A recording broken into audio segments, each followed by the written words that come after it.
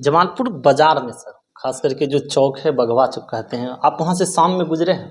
हरिवंश नारायण महदीपुर जो बंदेहरा जो विद्यालय है 10+2 है, उनका बिल्डिंग काफ़ी जर्जर है। और क्या पुल बनने का जो कार्य अवधि था वो समाप्त हुआ? देखिए, उसी के लिए पुल दो बार गिरा। मैं विधानसभा में क्वेश्चन उठाया, पुल गिरा और उसमें आपका नाम आ रहा होगा कि डॉक्टर संजीव कुमार वहाँ के विधायक हैं। सुन के कैसा लगा होगा? सबसे दुखद है कि जांच में आज तक इन लोग पता भी नहीं कर पाए कि क्यों गिरा। जो एसपी सिंगला कंपनी है उस पर क्या कार्रवाई हुआ? जब चालू कब तक नहीं होगा? 2 साल, 3 साल, 4 साल, सब अधेर में है। जब प्रधानमंत्री किसे मानते हैं, नरेंद्र मोदी या अटल बिहारी वाजपेयी?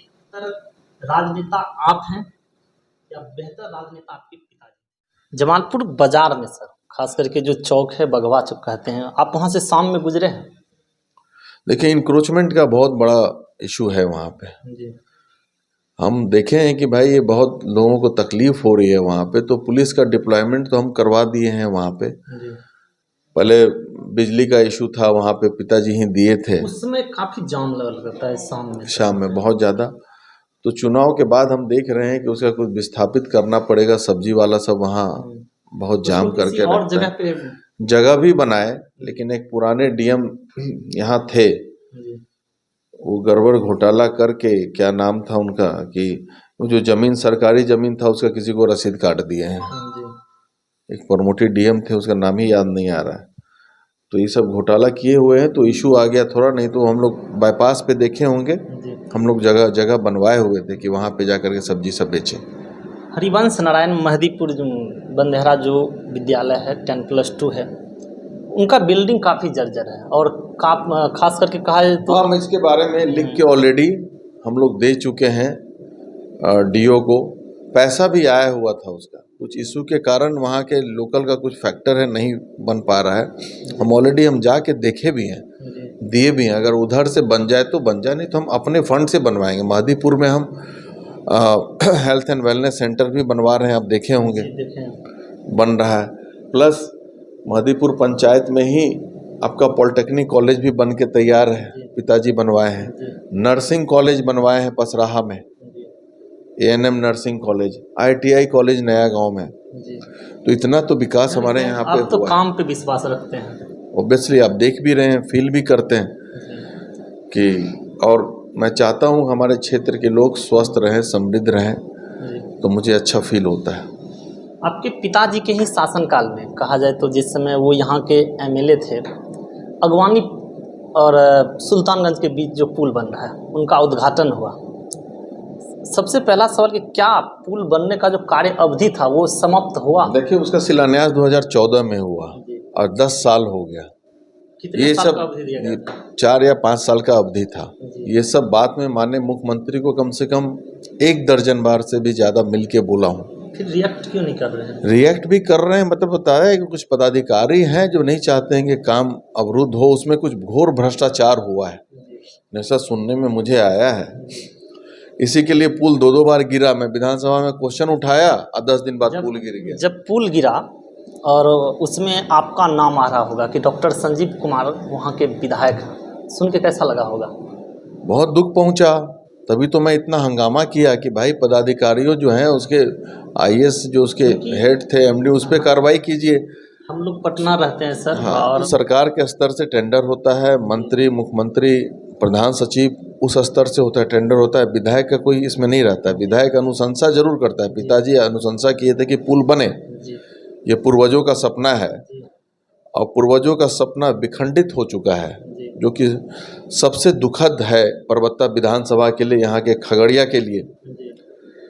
और कम से कम करोड़ों लोगों को फायदा होता अगर ये पुल बनता तो आवागमन में।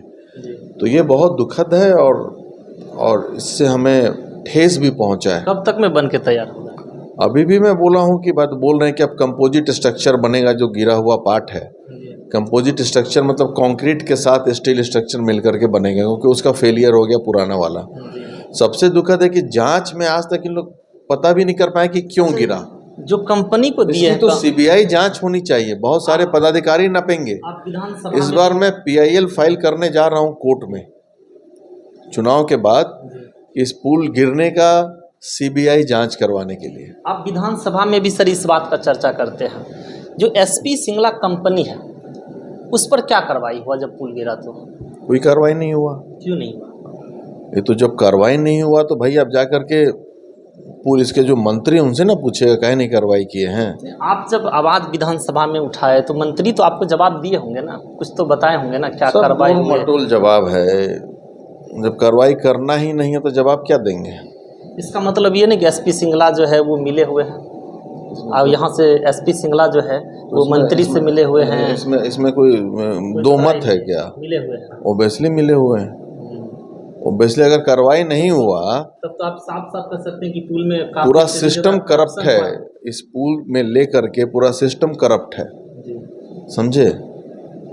अभी नए मंत्री विजय सिन्हा जी आए हैं जी, वो इस पे टाइट हुए हैं, जो हैं आपके उप मुख्यमंत्री जी, मंत्री हैं उनसे मैं मिलके बोला, पहला दिन वो फाइल मंगवाए हैं तो हरकंप मचा हुआ है विभाग में जी, ये ईमानदार हैं तो हमें इनसे उम्मीद है कि भाई इस पे कार्रवाई करेंगे विजय सिन्हा जी।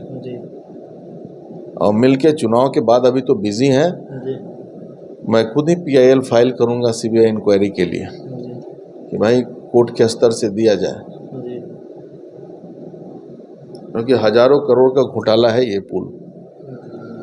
तो चालू कब तक में होगा? 2 साल, 3 साल, 4 साल? सब अधेर में है। जब मैं विधानसभा में क्वेश्चन से उठाता था तो 20 में बोला 21 में चालू होगा। 5 बार विधानसभा में क्वेश्चन उठाया, 21 में बोला 21 के दिसंबर में होगा, 22 में बोला 22 के दिसंबर में होगा, और 23 में तो साला गिर ही गया।